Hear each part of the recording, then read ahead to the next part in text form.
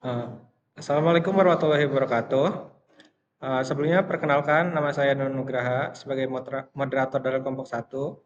Di sini saya akan mempresentasikan hasil kerja kelompok kami, yaitu mengenai motivasi organisasi. Baik, untuk anggota kelompoknya yaitu ada Egy Rudiansyah, ada Muhammad Ihaq Nurbaihaqi, saya sendiri Nun Nugraha, kemudian ada Nabila Faikoh, Rabia, dan terakhir itu Sulis Tiawati. Pentingnya motivasi dalam organisasi. Motivasi merupakan inti dari perilaku manusia dalam organisasi. Tanpa motivasi, karyawan cenderung bekerja tanpa arah dan semangat. Dalam organisasi, motivasi menentukan satu ada seberapa keras seseorang bekerja, kedua ada seberapa lama mereka bertahan dalam pekerjaan, ketiga seberapa baik kinerja yang dihasilkan, terus ada tujuan pembelajaran hari ini. Satu ada memahami pengertian motivasi, kedua ada mengidentifikasi teori-teori utama motivasi, ketiga ada menganalisis bagaimana motivasi mempengaruhi perilaku kerja, keempat ada menentukan strategi meningkatkan motivasi karyawan. Apa itu motivasi? Motivasi berasal dari kata mover, bahasa Latin yang berarti menggerakkan. Definisi umum, motivasi adalah proses yang menjalankan intensitas, arah, dan ketekunan usaha individu untuk mencapai tujuan tertentu. Unsur penting dalam motivasi. Kesatu ada needs, kebutuhan, keinginan internal yang ingin dipenuhi. Kedua ada drivers, yaitu dorongan, energi untuk bertindak. Ketiga ada goals, tujuan, hasil akhir yang ingin dicapai. Dalam organisasi, motivasi mengarahkan perilaku karyawan menuju pencapaian tujuan perusahaan. Komponen utama dalam motivasi. Satu, arah direction. Kegiatan yang dipilih seseorang untuk dikerjakan, misalnya menyelesaikan tugas tepat waktu. Kedua, intensitas, intensity. Seberapa besar upaya yang dikeluarkan, contoh bekerja lembur untuk menyelesaikan proyek. Ketiga, ada persistensi. Konsistensi individu untuk tetap bertahan dalam upaya meski menghadapi hambatan, contoh karyawan A bekerja ekstra untuk promosi, arah plus intensitas. Kedua ada karyawan B, tetap semangat meski mengalami penolakan proposal beberapa kali presentasi. Baik, untuk materi selanjutnya itu teori klasik motivasi dari Abraham Maslow. Eh, ada 5 tingkatan kebutuhan manusia. Yang pertama yaitu ada psikologis, berupa makanan, minum, tidur. Kemudian ada keamanan, keamanan kerja, asuransi. Yang ketiga ada sosial, yaitu hubungan, persahabatan, kelompok kerja. Yang keempat ada penghargaan, yaitu pengakuan dan status. Dan yang terakhir itu ada aktualisasi diri, realisasi potensi, dan kreativitas. Untuk prinsip hierarki yaitu kebutuhan tingkat bawah harus relatif terpenuhi sebelum individu termotivasi oleh kebutuhan tingkat atas. Kemudian untuk pengaplikasiannya yaitu pimpinan perlu memahami level kebutuhan karyawan untuk memberikan motivasi yang tepat.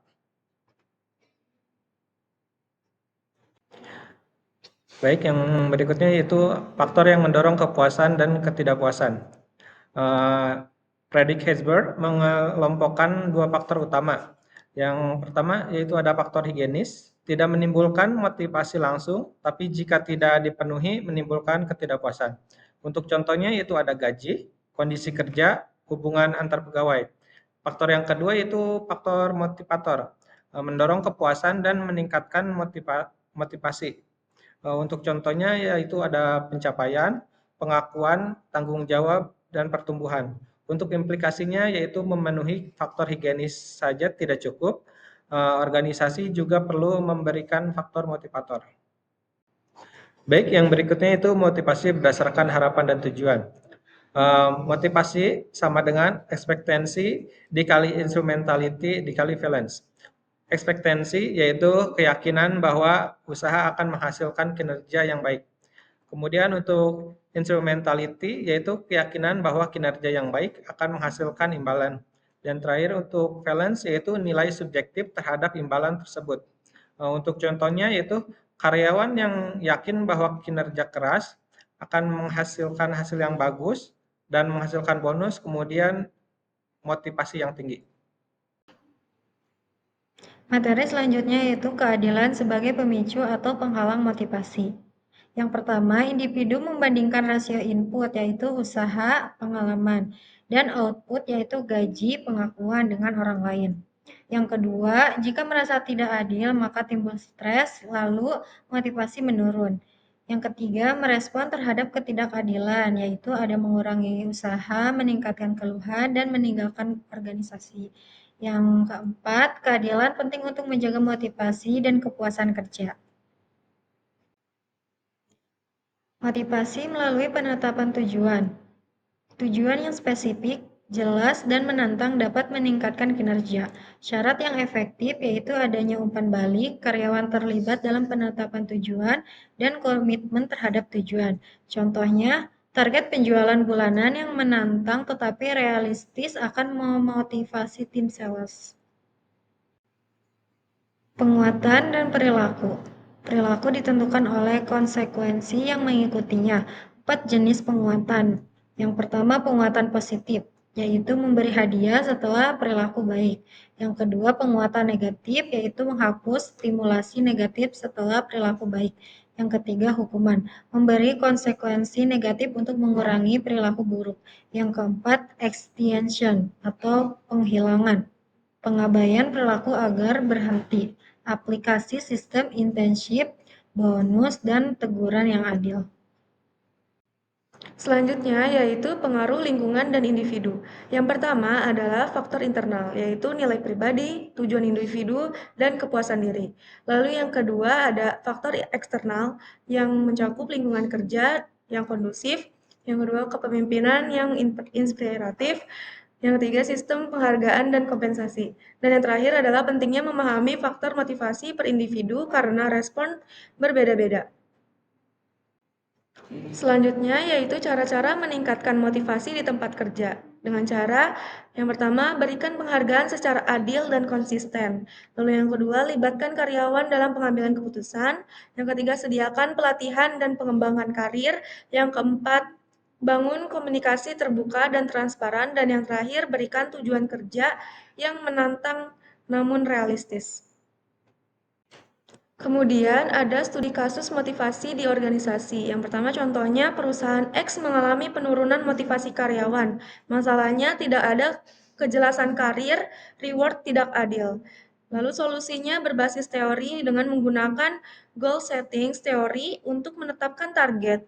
Yang kedua terapkan teori Herzberg dengan perbaiki kondisi kerja higienis dan memberikan pengakuan atau motivator. Dan yang terakhir dengan evaluasi keadilan kompensasi dengan equity theory. Selanjutnya yaitu kendala dalam praktik. Yang pertama, perbedaan kebutuhan dan nilai tiap individu. Yang kedua, budaya organisasi yang tidak mendukung partisipasi. Yang ketiga, pemimpin yang kurang peka terhadap kondisi psikologis bawahan. Yang keempat, terbatasnya sumber daya anggaran dan waktu. Solusinya yaitu pendekatan fleksibel. Yang kedua, pelatihan manajerial dan komunikasi efektif. Review konsep utama. Yang pertama, motivasi adalah kunci untuk menggerakkan perilaku kerja positif. Yang kedua, terdapat berbagai teori motivasi seperti Maslow, Hartberg, Fromm, Adams, dan Locke. Yang ketiga, motivasi dipengaruhi oleh faktor internal dan eksternal. Yang keempat, strategi manajerial diperlukan untuk menumbuhkan motivasi secara berkelanjutan.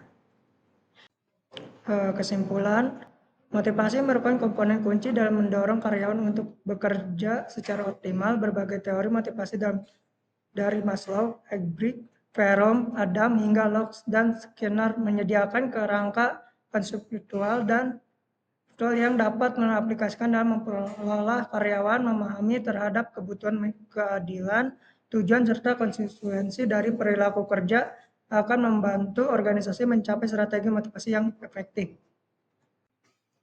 Sarannya organisasi perlu memperkuat kompetensi manajerial dalam memahami motivasi karyawan, memperhatikan perbedaan individu, serta menciptakan sistem penghargaan dan lingkungan kerja yang adil, mendukung dan menantang agar tujuan organisasi tercapai.